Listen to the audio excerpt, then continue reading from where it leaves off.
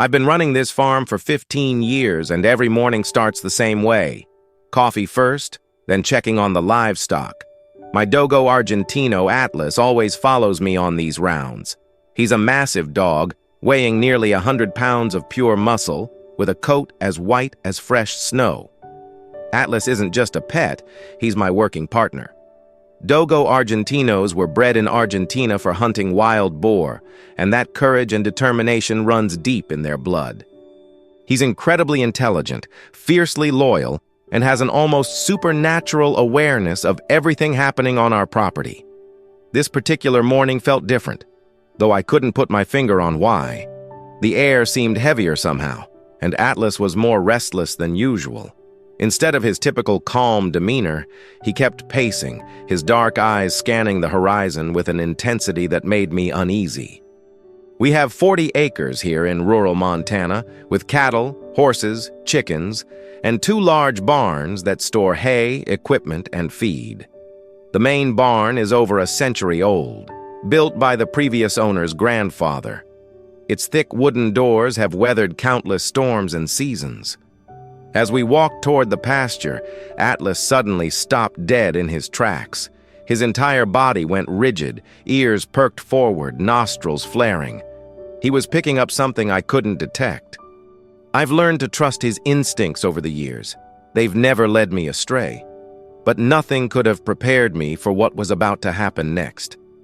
Atlas's behavior was becoming increasingly erratic. He kept circling back toward the barn, whining softly, a sound I'd rarely heard from him. Dogo Argentinos aren't typically vocal dogs, so when Atlas makes noise, it means something significant. I tried to continue with my morning routine, checking the water troughs and counting the cattle, but Atlas wouldn't settle. He'd run a few steps toward the barn, then return to me, his powerful body trembling with barely contained energy.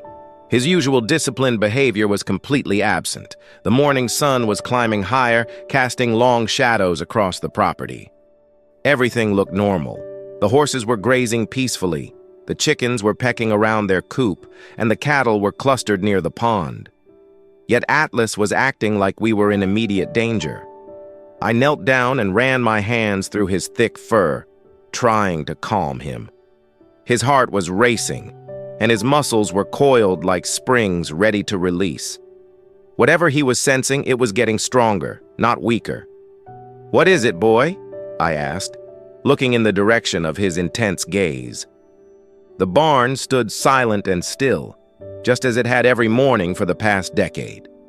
The heavy wooden doors were securely latched and nothing seemed out of place. But Atlas was fixated on it with an intensity that sent chills down my spine. I decided to trust his instincts and investigate. As we approached the barn, Atlas's agitation increased dramatically. He was no longer just restless. He was frantic, pacing back and forth in front of the doors like a caged animal. Something was definitely wrong. Without warning, Atlas launched himself at the barn doors with a force that took my breath away. The impact was tremendous, 100 pounds of determined muscle colliding with century-old wood. The sound echoed across the entire property like a gunshot. "Atlas! No!" I shouted, but he was beyond hearing me. He backed up and charged again, this time with even more force. The heavy wooden planks groaned under the assault. I couldn't understand what had gotten into him. This wasn't aggressive behavior. This was desperation. On his third charge, something incredible happened. The massive door, which had withstood decades of Montana weather, split completely in half. Wood splinters flew everywhere as Atlas burst through the opening he'd created. I was furious and terrified at the same time. Atlas had never displayed destructive behavior like this. He was trained, disciplined, and had never so much as chewed a shoe. Yet here he was, destroying property with a violence that seemed completely out of character. "Atlas, get back here!" I yelled, running after him into the barn. The interior was dim, filled with the familiar smells of hay and old wood. Atlas was racing toward the back corner where we stored the winter feed. His white coat was barely visible in the shadows as he disappeared behind the hay bales. Then I heard it. a sound that made my blood run cold. It was a crackling noise, soft but unmistakable, and with it came a smell that shouldn't have been there. Smoke. My anger at Atlas evaporated instantly, replaced by a growing sense of dread. Following Atlas deeper into the barn, the smell of smoke grew stronger with each step. My heart was pounding as I rounded the corner of the hay storage area. What I saw there will be burned into my memory forever. Hidden behind the towering stacks of hay bales, a small fire was eating its way through the dry fodder. It wasn't large yet, maybe the size of a campfire, but in a barn full of hay, size doesn't matter. This was a death sentence waiting to happen. Atlas was circling the fire, staying just out of reach of the flames, but close enough to keep watch. His instincts had been screaming at him all morning because he could smell this disaster brewing long before any human could detect it. The fire appeared to have started from an old electrical outlet that powered a small heater we'd used during the coldest winter months. Somehow, faulty wiring had sparked, and the flames had found the perfect fuel in our stored hay. I ran outside and grabbed the fire extinguisher from the equipment shed, my hands shaking as I tried to remember the proper technique. Atlas followed me, staying close, but giving me room to work. His job was done. He'd alerted me to the danger. Now it was up to me to handle it. The extinguisher made quick work of the small blaze, but as I stood there in the smoky aftermath, the full magnitude of what had almost happened hit me like a physical blow. Without Atlas's intervention, this fire would have consumed the entire barn within hours, and it wouldn't have stopped there. As the smoke cleared and I surveyed the damage, the true horror of our near miss became apparent. The fire had been positioned in the worst possible location, directly beneath tons of dry hay and within 50 feet of our fuel storage tanks. If Atlas hadn't detected the fire when he did, the flames would have spread through the hay in minutes.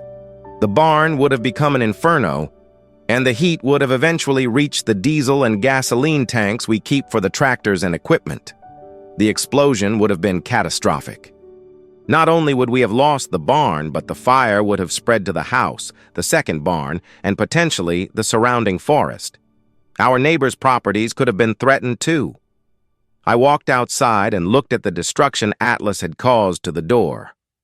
The heavy wooden planks lay in pieces, but now I understood why he'd been so desperate to get inside.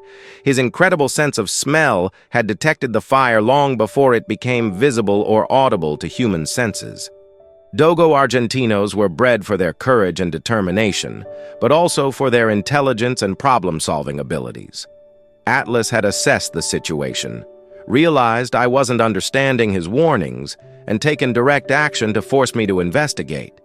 He'd literally broken down barriers to save our lives. Standing there in the morning sun, with smoke still drifting from the barn and splinters scattered around my feet, I felt a profound sense of gratitude mixed with shame. I'd been angry at Atlas for doing exactly what he needed to do. He'd been the hero, and I'd been too blind to see it. Looking back on that morning, I realized Atlas had been trying to communicate the danger to me for over an hour. His restless pacing, his fixation on the barn, his unusual whining, these weren't random behaviors. They were increasingly desperate attempts to get my attention. Dogo Argentinos are known for their strong communication skills with their human partners. They're not typically destructive dogs, but they are incredibly determined when they believe their family is in danger. Atlas had exhausted all his usual methods of getting my attention before resorting to breaking down the door. The fire department arrived within 20 minutes of my call, even though the immediate danger had passed. The fire chief, a weathered man named Rodriguez, who'd seen his share of barn fires, examined the scene with professional interest. "Your dog saved your life," he said simply, scratching Atlas behind the ears. "Barn fires are killers. They spread faster than you can imagine, and by the time most people notice them, it's too late." He explained that the electrical fire had probably been smoldering for hours, maybe even since the previous evening. The hay had been slowly heating up, creating the perfect conditions for a flash fire that could have consumed the entire structure in minutes. "Dogs can smell smoke at concentrations far below what humans can detect," Rodriguez continued. "Your Atlas here probably knew about this fire long before there were any visible flames." As I watched Atlas calmly accepting praise from the firefighters, I marveled at his composure. He'd done his job, saved his family, and now he was back to his normal, dignified self. The next few days were a whirlwind of insurance calls, contractor visits, and repairs. The barn door needed to be completely rebuilt, and we had to rewire the entire electrical system to prevent future incidents. But every time I looked at the expense reports, I reminded myself that we were incredibly lucky. Atlas seemed to understand that he was a hero. He carried himself with even more dignity than usual, if that was possible. The other animals on the farm treated him differently, too. The horses would nicker softly when he passed, and even the usually indifferent cattle would watch him with what looked like respect. I found myself studying his behavior more carefully, trying to understand the subtle signs I'd missed that morning. Dogs communicate constantly, but we humans often fail to listen. Atlas had been telling me about the danger for over an hour before he resorted to breaking down the door. The insurance investigator confirmed that the fire had started from faulty wiring in an old outlet. It was the kind of slow-burning electrical fire that could smolder for hours before erupting into flames. Without proper detection equipment, it would have been impossible for a human to notice until it was too late. But Atlas had noticed. His incredible sense of smell, combined with his protective instincts, had detected the danger long before any smoke alarm would have triggered. He'd literally smelled disaster brewing and taken action to prevent it. I started researching Dogo Argentino behavior and learned that their protective instincts are among the strongest in the dog world. They're not just guardians, they're problem solvers who will take initiative when their family is threatened. My relationship with Atlas changed fundamentally after that day. I'd always respected him as a working dog and companion, but now I understood that he was truly a partner in every sense of the word. His intelligence and instincts were resources I needed to learn to utilize better. I started paying closer attention to his subtle communications. When Atlas became alert or focused on something, I investigated instead of dismissing it. His body language became a language I was determined to learn fluently. The rebuilt barn door was stronger than the original, but I made sure to install multiple smoke detectors and update all the electrical systems. Technology is important, but I'd learned that nothing replaces the vigilance of a well-trained, intelligent dog. Atlas's breed was developed in Argentina specifically for their courage, intelligence, and determination. They were bred to hunt dangerous game like wild boar, which requires not just physical strength but also the ability to assess threats and make split-second decisions. These traits had served us perfectly in our crisis. Atlas had assessed the situation, determined that I wasn't responding to his warnings, and taken decisive action to force my attention to the problem. His destruction of the door wasn't vandalism. It was a calculated rescue operation. I began sharing our story with other farmers and dog owners in the area. Many had similar tales of their dogs detecting problems before humans could. It seemed that we consistently underestimate our animals' abilities to perceive and respond to danger. The local newspaper even ran a story about Atlas, calling him a four-legged fire marshal. The attention embarrassed me a bit, but Atlas seemed to enjoy the recognition. The weeks following the fire taught me valuable lessons about trust and communication. I realized I'd been treating Atlas as a well-trained animal rather than recognizing him as the intelligent partner he truly was. His actions that morning had demonstrated a level of reasoning and problem-solving that demanded respect. I started incorporating Atlas more deliberately into my daily farm management. When checking equipment or investigating unusual sounds, I watched his reactions carefully. His body language often provided early warnings about mechanical problems or animal health issues that I might have missed otherwise. The insurance company was fascinated by our story. The adjuster mentioned that they'd seen several cases where dogs had detected fires, gas leaks, or other hazards before any human awareness. Some insurance companies were even beginning to offer discounts for farms with trained working dogs. Atlas's reputation in our rural community grew.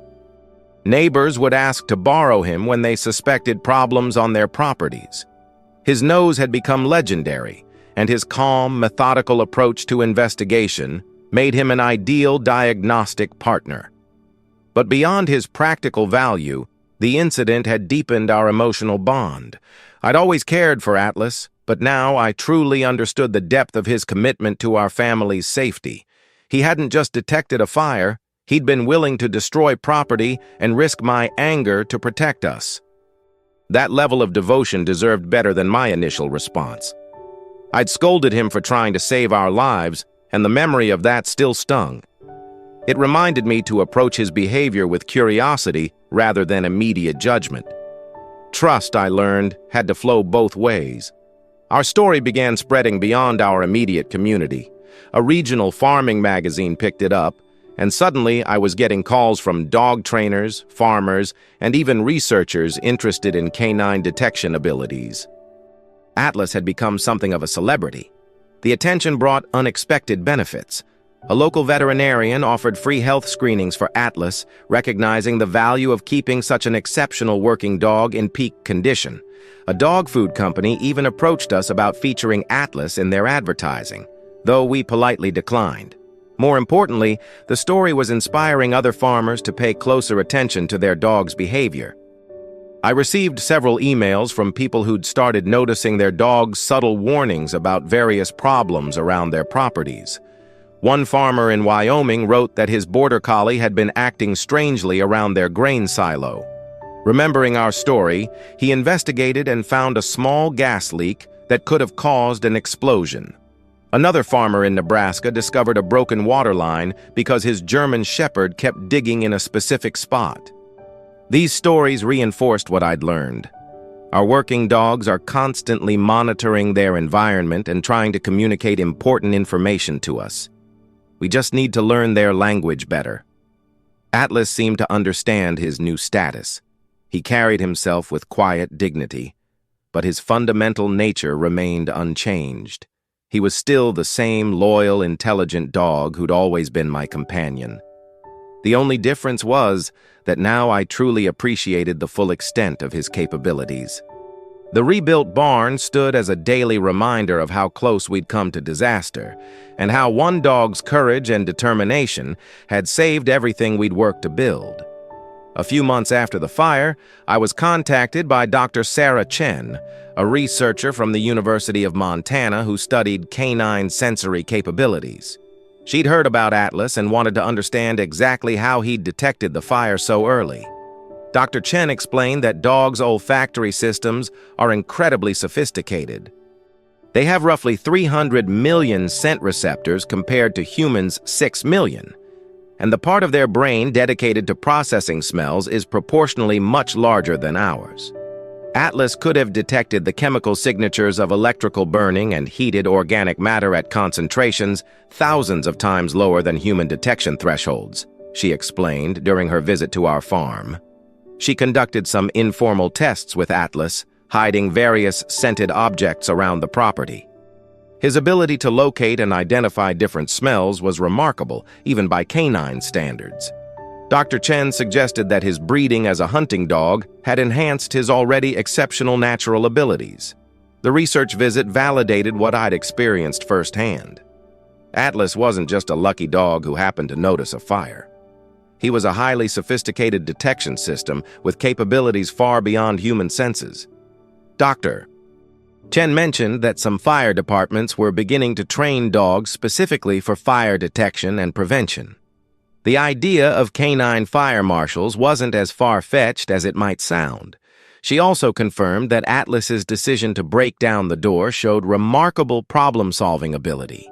He'd assessed multiple communication strategies, found them ineffective, and escalated to direct action. This kind of adaptive thinking was characteristic of highly intelligent working breeds. The scientific perspective added another layer to my appreciation of what Atlas had accomplished that morning. Living with Atlas after the fire incident was like living with a different dog. Though he hadn't changed at all, My perception had.